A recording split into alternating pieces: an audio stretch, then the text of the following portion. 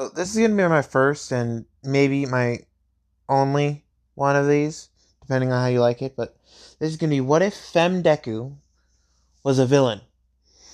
And I know I did a one where he he dated the number one villain and her she was a demon and then she got changed by him. But this is when he is the number one villain and he is going to stay the number one villain, or she actually. So we start off with her birth, and she was born into a household of abusive parents, and when she turned 4, she got her quirk identified. And the doctor lied. It's the doctor from Canon. He lied. He said her quirk is just a mutation. It just gives her the ears and the tail. And what looks like tiger stripes on her face. And her eyes narrowed, and it looks like that she has a full cat features. Never mind, she has full cat features. And they look at her and go, "So you're useless." And he goes, "Pretty much she is." I'm like, fuck. Well, we can at least use her for money. So we go back to their home. It's been a few days, and someone comes over. And this is not a nice person. This is a villain that has been known for raping little children. And he pays $100 to her parents to rape her. He rapes her. He leaves. Says he might come back later. And they say, okay, she'll be here, and it's a $100 fee again. And he goes, okay. And her parents are known as the dealers. They're high level black market people that if they get attacked, everybody in the black market is going to fall down on that one villain. So no one wants to touch them. So a few years of her getting raped and her just absolutely getting fucking the shit beat out of her, she says, "I'm done. I'm fucking done." And her parents yell at her to get back in the fucking basement, and she goes, "Fuck you." And she's been learning from her overhearing all the conversations. She's been learning how to speak because she only learned a little bit of speaking. And her parents don't have quirks. They're quirkless. They're like, "The fuck you say to us, bitch?" And her mother is about to punch her, and she just stabs her right in the throat with her hand. And her father is like, "The fuck you do that? Now you're really gonna die." And he pulls his sword that he keeps on him for self-defense. And she's like, "I don't give a shit." And he stabs her. She stabs him. He dies. And she pulls the sword out and she feels like she's gonna die, but she's not. It starts to heal. It's like, what the fuck? And she passes out, and after a few days, she wakes up looking like this. So one of her eyes changes from orangish gold to blue. And her hair completely changed from what it was originally to gray and white. And she's like, "The fuck?" So she gets clothes on, and she walks out of the house, and she's not covered in blood. And she walked out, and the guy was coming back for seconds, basically. And she's like, "I don't give a fuck." And she just stabs him right in the middle of the street. And she walks away. And she walks into an alley where she knows that a secret black market hideout is, and where her parents hid money and stuff that she can take. So she goes in there, she gets money and she gets supplies, and she disappears off the grid. And The heroes are trying to find her because she's a missing child, and after a month, they classify her as a deceased.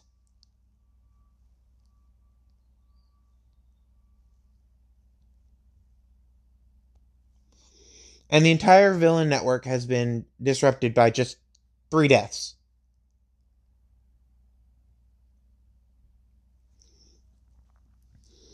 And while she's in the forest, she's training. She's lifting rocks, doing burpees, sit-ups, push-ups. Oh, not that one. Not that one. That one. And she's constantly doing this for a year. And she turns into this. Because slowly her body has been changing. Her skin tone has changed slightly to where it's a little pinkish, and her nails grew a little longer, her tail grew a little longer, and she grew another tail. And her hair started to turn pink. Her ears also turned pink. And she turned to this shade and she's like, I can pass as a new person. But she was like, I also kind of liked how I looked. And she's thinking about how she looked, and she turned back into what she looked like, the wolf one with the 2 colored eyes. Heterochromacy, I think.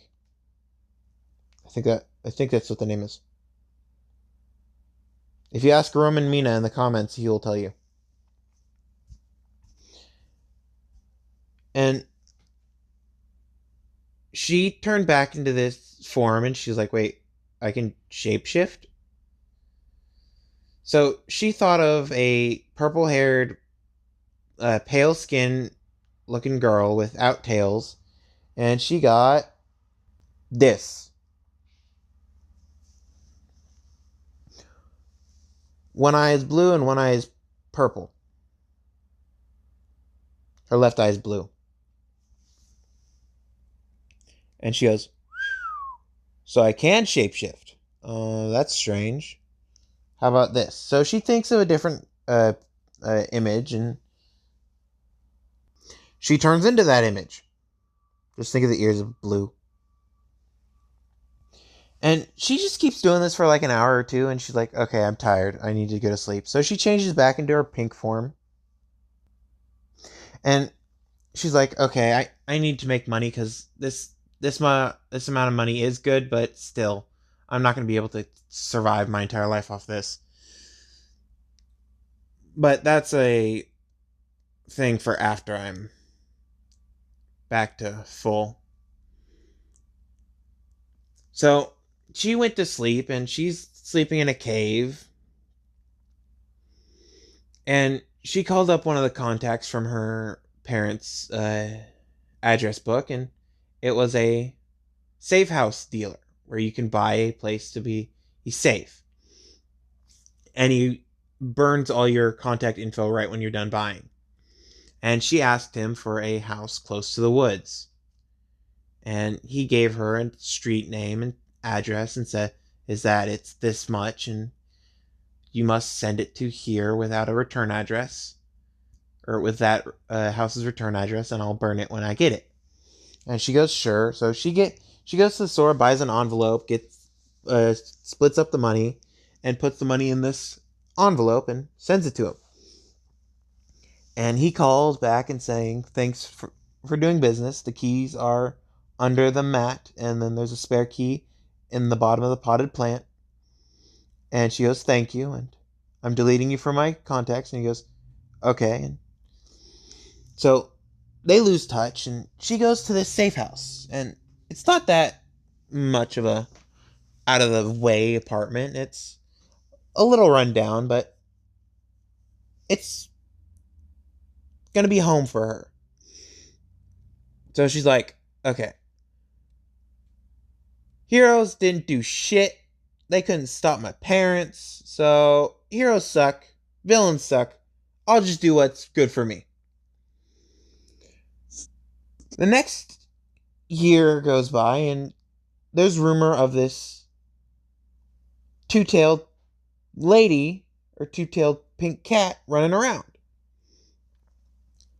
And Aizawa is hearing all these rumors about this Nico that's running around and killing random villains and heroes. So he looks into it and he sees that there's a two-tailed pink girl running around town, and looks like she's underage. So he goes up to her and says, "How are you doing?" And she gets freaked out because he just appeared out of nowhere. And she goes, "Oh, hi, my name," and she says her name. And Aizawa goes, "Can you please repeat that?" And she goes, "Yeah, my name is," and she says it. And he goes, "You mean the one that died a year ago?" And she goes, "If I died, I would have noticed." Wait, no, I did die, but I came back. And he goes, "Can you please explain?" And she goes, "No." And this isn't my real body, by the way. And she just fades away. And he goes, "What the fuck?" And she shows up on the other side of the street going, "Mister, why'd you walk across the street?" And he goes, "What?" And she plays it off that she was standing there the entire time and he just walked across the street without telling her, and she was currently telling him what she's been doing for the last year. So he thinks he's going crazy, and she's mentally laughing like a maniac because she's messing with him. And she says, "If you want to come over to my place to see how I've been living after my parents died," because they did die a year ago. Some villain killed them. And he goes, "Sure." And so she takes him to the rundown apartment and says that this is where she's been living, and that the villain and basically left her money and she used it so she could get an apartment away from her parents because her parents were abusive and they sold her off into the sex trade. And she says all this and she's smiling through this entire bit because she knows that the more she talks, the closer he is to figuring out who she is. And she goes, "Well, I'm gonna go to sleep. Hopefully you catch the villain." And he goes, "Okay, I hope so too, and hopefully you can sleep easy knowing that we're on the case." And she goes, "Okay, I'll try." And he leaves, he shuts the door, and she starts giggling like a maniac. Because she just played it off like she was an innocent girl. And she's like, "I need to keep doing that." And she's been unlocking all of her abilities, and she now has telekinesis. And it's not the small Inko telekinesis from canon, it's the I can move a goddamn building with little effort telekinesis. So Jane the Phoenix. So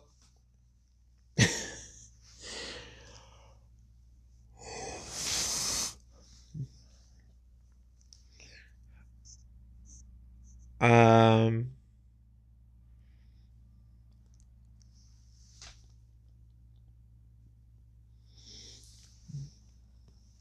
she keeps going on and killing random people, and she sees this rich family, and she puts on a mask, and this mask is not a normal mask. It's a Shinigami mask, or a Oni mask, whatever you want to call it. And she looks like this. So she put on the Oni mask, and she's walking up to this rich household, and the guards say, "Stop! You're not allowed any further." And she goes, "Okay. I'm not allowed. Doesn't mean I can't." And he goes, "Yes, it does. You must turn around and leave." And she goes, "You don't get to fucking tell me what to do." And she gets pissed off, and one of her tails changes from a normal tail to a blade. Like this. But not exactly like this. This is very exaggerated. But it turns into a blade like this. And she goes, I didn't know I could do that. And his head's rolling on the ground. She goes, I'm hungry. I wonder. And so she rips off his arm and she's like, maybe one bite. Nah, I'll try it later. And she throws it behind her. And she smells the blood. And she's like, smells enticing. But later. So she walks further in and dogs attack her and she cuts them in half. And she's getting really hungry because she smells the blood and she's getting really hungry. Because she's unlocking all of the side effects and effects of her quirk. And so she kills all the guards and she has basically 2 bone whips behind her and she can control them freely. And she has horns now on her head. They're not normal horns, they're demon horns. Normal horns just go up and out. Or out and up. These are demon horns, so they go down and around some places. And the horns have fully grown in.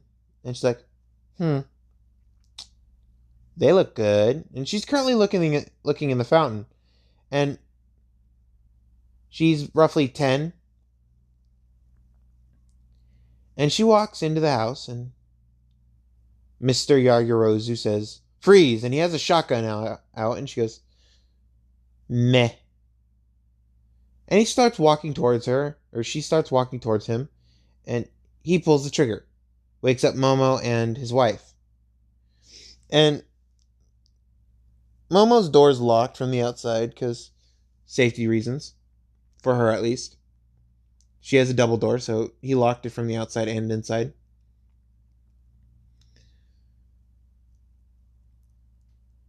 And she senses the child. And she's like, ooh. I'm playing a game with her. And so she walks up to him and she has holes all throughout her. And they're slowly regenerating and spitting out the bird shot that has been shot into her. And she goes, that fucking hurt. You know what I do to people who fucking hurt me? He goes, no. And she goes, rip their fucking throats out. And she jumps at him at lightning speeds, rips his fucking throat out. And she's like, man, that was fun. And she walks to Mrs. Yaoyorozu and says, huh.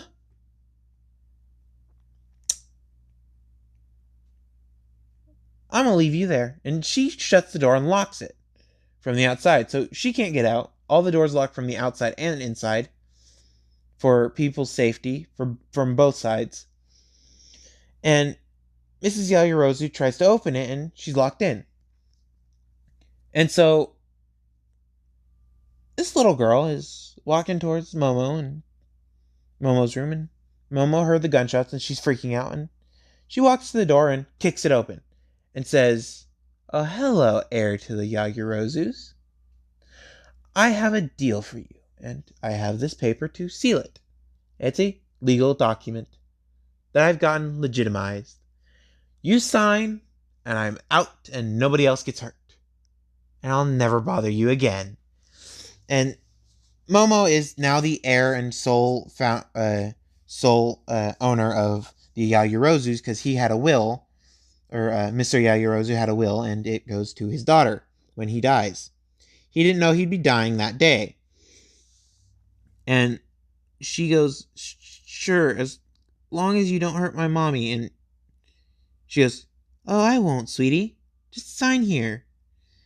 And So Momo signs the paper, and she signs it with her signature because she's educated enough to do that. And she goes, "I bid you adieu." And she walks away.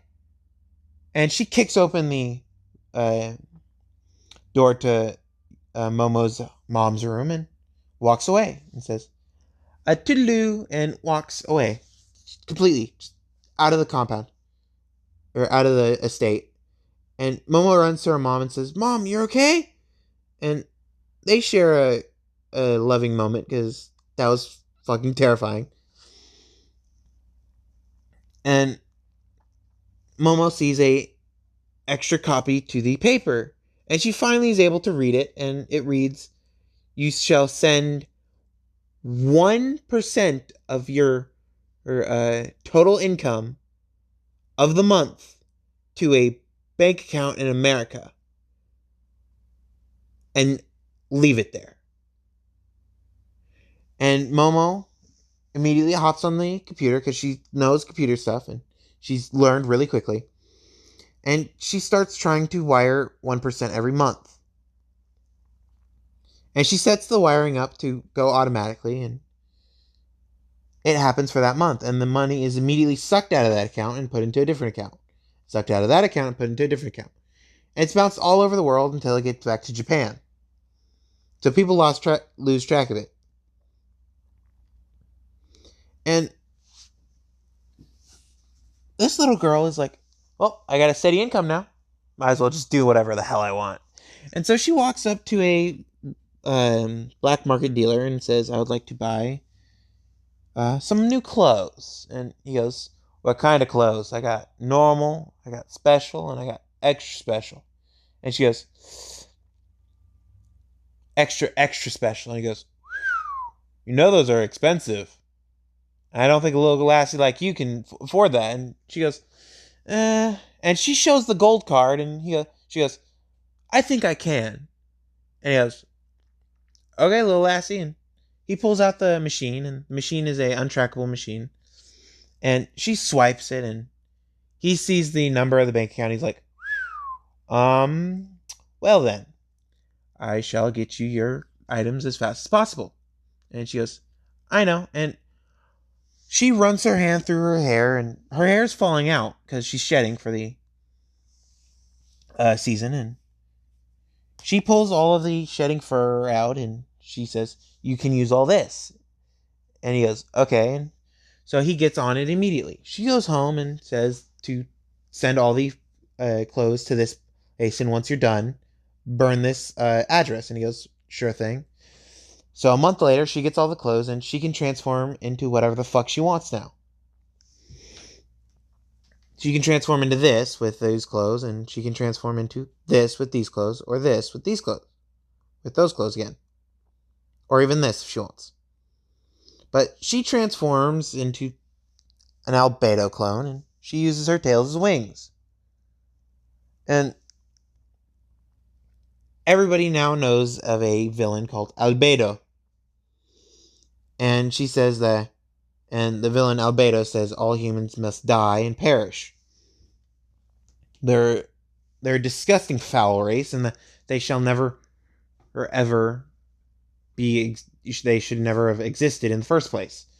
And everybody knows of this vigilante slash villain, because this villain, if someone is near her, she will kill. No matter who it is, she will kill. And she has a summoning quirk where she can summon weapons and armor. She has a fighting quirk where she knows exactly how to use all the weapons and armor she summoned, and she has a immortality quirk where if she's not hit in the brain, she heals normally really quickly, like Wolverine does. But if she's hit in the brain, she slows down on the regeneration, and it takes a little longer. And the item can't be pushed out automatically. So she is oh crap. So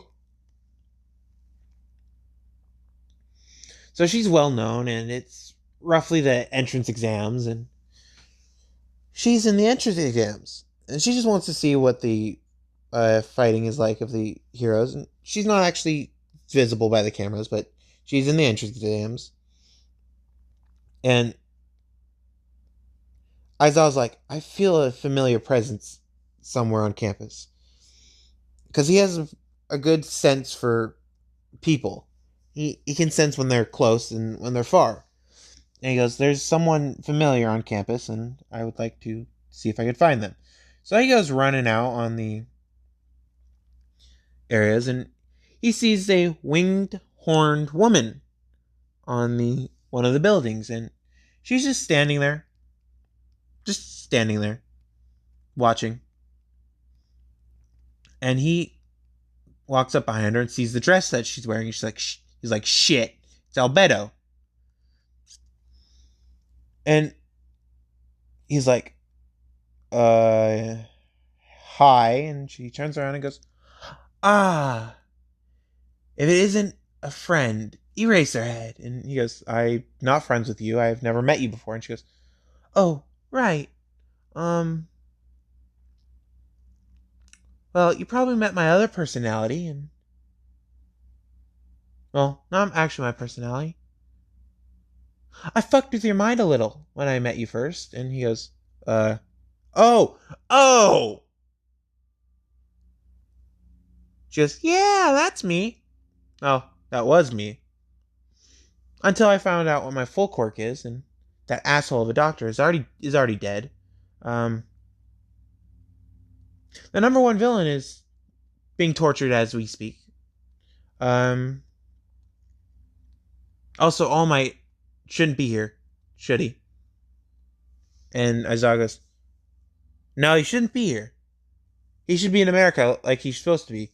And she goes, I know. That's kind of why I abducted him. And he's currently in soggy french fry form. Which is a very big shock. And she's just looking off into space, and he goes, so why are you here? And she goes, I just wanted to see how good or bad these heroes are. And he goes, these are heroes in training if they pass this test. And she goes, I know. It's just, oh, you guys don't give me a fight. I just want to fight. Villains don't give me a fight. They run away, so I just kill them by chopping their heads off. Heroes don't give me a fight because they run away, and I just chop their heads off. At this point, I'm tempted to just make myself a hero.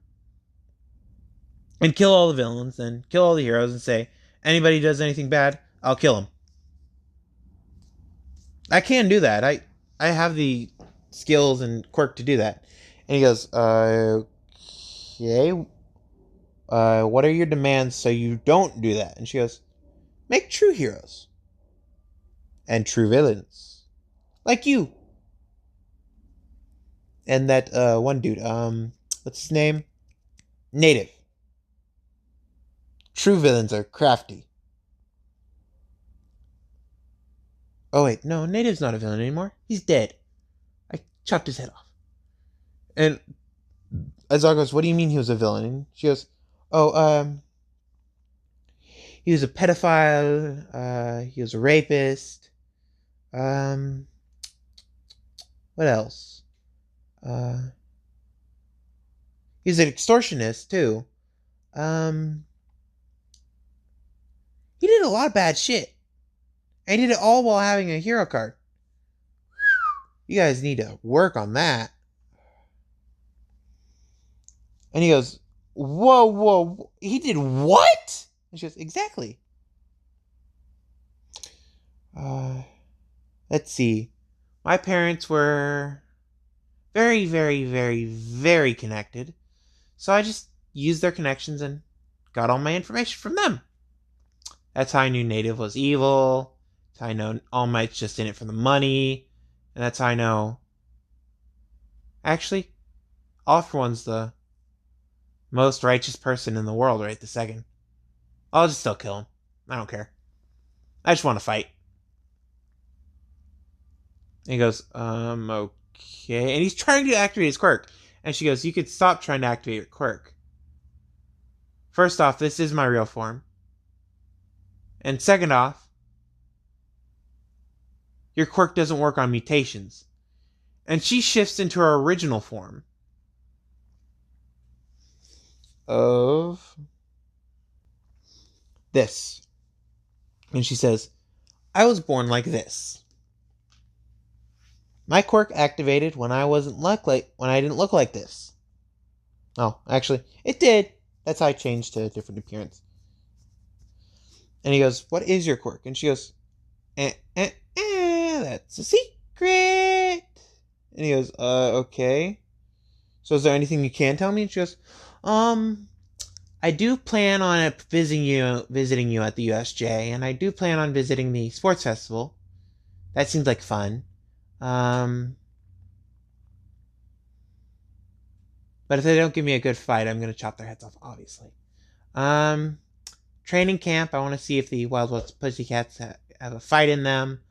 And she sets out his entire schedule, and he goes, okay, I will set a spot for you to join. And she goes, oh, no, I'm not joining UA.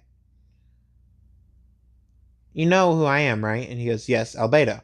And she goes, yeah, I'm feared in America, the South, I'm feared in North America, South America, the islands of America, Japan, here in Japan, China, the Asian continent, and the Eastern. No, not the Eastern. Yeah. I'm feared in all 7 continents. And he goes, you're feared in Antarctica? And she goes, yeah. The penguins don't like me. They're delicious. And he goes, okay. And she goes, oh, humans are delicious too. I may steal one of your children.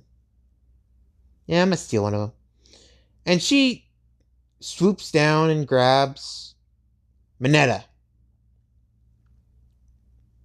And she's 15, and she's fucking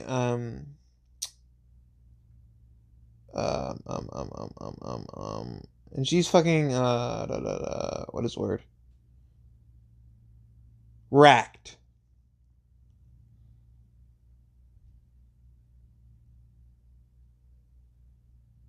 See?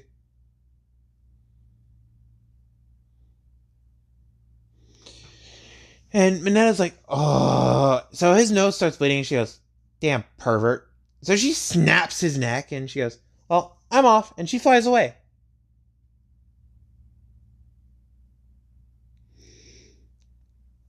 And she goes, he's a damn fucking pervert. But boys are really good, tasty. I may steal his. Ooh. And she walks into All for One's torture room, and he's screaming his head off. And he's like, no more! No more! And she's like, will you give me your quirk now? And he goes, fine! Fine, you can have my quirk! Fine! And she goes, okay. And she runs over and puts his hand on her head, and she goes, do it. And he gives her his quirk, and she goes, there you go! Now let me go! And she goes, okay. And she snaps her fingers, the clone of her disappears, and she goes, you're able to leave now. And he gets up and he goes, oh, fucking Christ. And he runs. He's absolutely terrified of her. He runs away.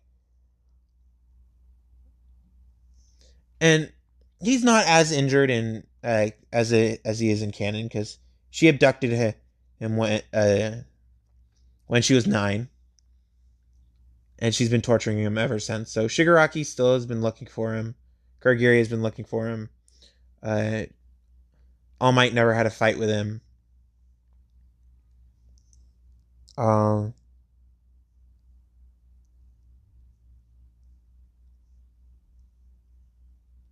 Hmm.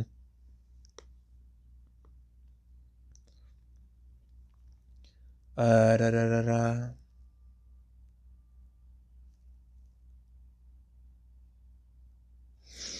So it's now the first day, and Albedo is overwatching the Class 1A because she's been told that Class 1A is the most promising heroes.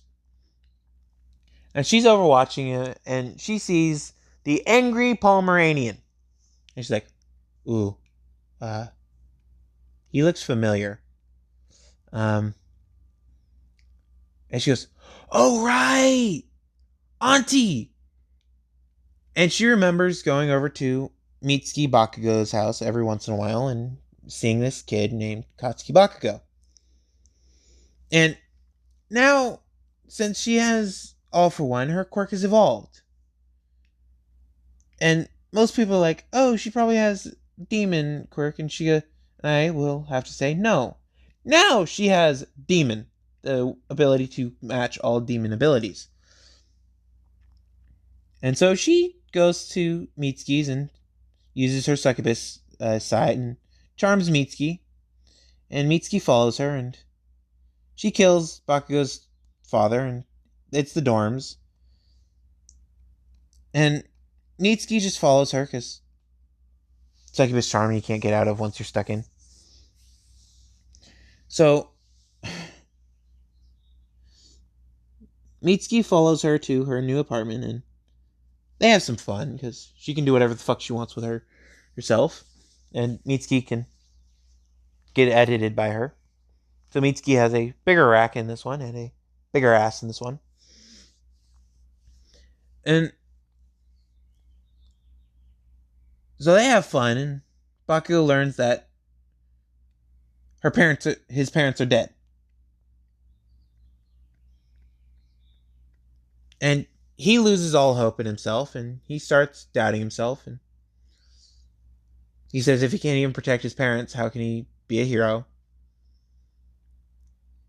And he gets a note one day from a anonymous sender. And it says, "Cuz you're not useless. You're just an angry Pomeranian." And he starts going, "Who the fuck sent this?" And Ida walks over and says, "There was another note in the stack. It apparently just showed up." And he goes, "Okay." And he opens it, and it goes, "Well, I see you don't like what I sent you. Well, every time you react, there's a new letter. So, hee." And it's in childish handwriting, so it's chicken scratch. And he goes, "Okay. Now this is just fucking weird." And he walks into his room, and there's a little box on his desk that looks like a mailbox. And he opens it, and it has a letter in it. So he shuts it and puts the flag down. And he opens the letter, and he's like, this is just getting creepy. And it opens saying, "First off, I'm not creepy. Second off, I'm going to use that mailbox to communicate with you. Oh, and by the way, your mother's not dead. She's just having fun with me." And he goes, "Who the fuck are you?" Just out loud. And everybody hears that, or people hear that and go, "What is he doing?" And the thingy on the mailbox flips up. Or does it flip down? It's one of those. It goes to the other position to signify that it has mail. And he opens it and sees a new letter. He takes it out, and the last letter he just was writing on is gone. He had it on his desk. And so he opens it and it says, "Well, I'm your cousin. If you don't remember me, well, look into your memories and you'll see a little girl that looks like a cat. And you're a dog. So we never got along together." And that's it. And he goes, "Who the fuck? Cat, dog. I'm not a fucking dog." And the thingy flips up again, and he opens it, and then all of a sudden the thing on his desk disappears, and he's like, "Oh my fucking god, this is gonna get weird." So I'm just gonna accept it. And he takes it out, and he opens it up, and it says, "Good! You finally accepted the damn facts that I steal the old one, burn it, and make a new one every time you're done reading." Now, you're an angry fucking Pomeranian, and I'm a fucking house cat, so I'm also the number one villain, Albedo. So, talk to you later, cuz. P.S. Smooches! And just a childish note, and he puts it on his desk, and he goes, who the fuck says smooches? And the thing flips up, and he goes, oh fucking god. She can hear everything I say. And he takes it out, and he opens it up, and it says, yes, I can hear everything you say, and I say smooches, so fuck off. And he goes, okay, that's strange. I'm just gonna go to bed now. And he goes to bed, and he sees in his dream the original form of this character. And I'm gonna have two parts to this. This is just the backstory and what she can do. And the next part is going to be her actually acting upon her promise to Aizawa to visit them and talk with them and have fun with them. So, hopefully you guys enjoyed this part. If you guys did, think about joining my Discord, and it's going to be in the description. And no joining just to spam. We will ban you. So, hopefully you guys enjoyed. If you did, like, comment, subscribe. And if you guys didn't, maybe you will like my other content. So, hopefully you guys enjoyed.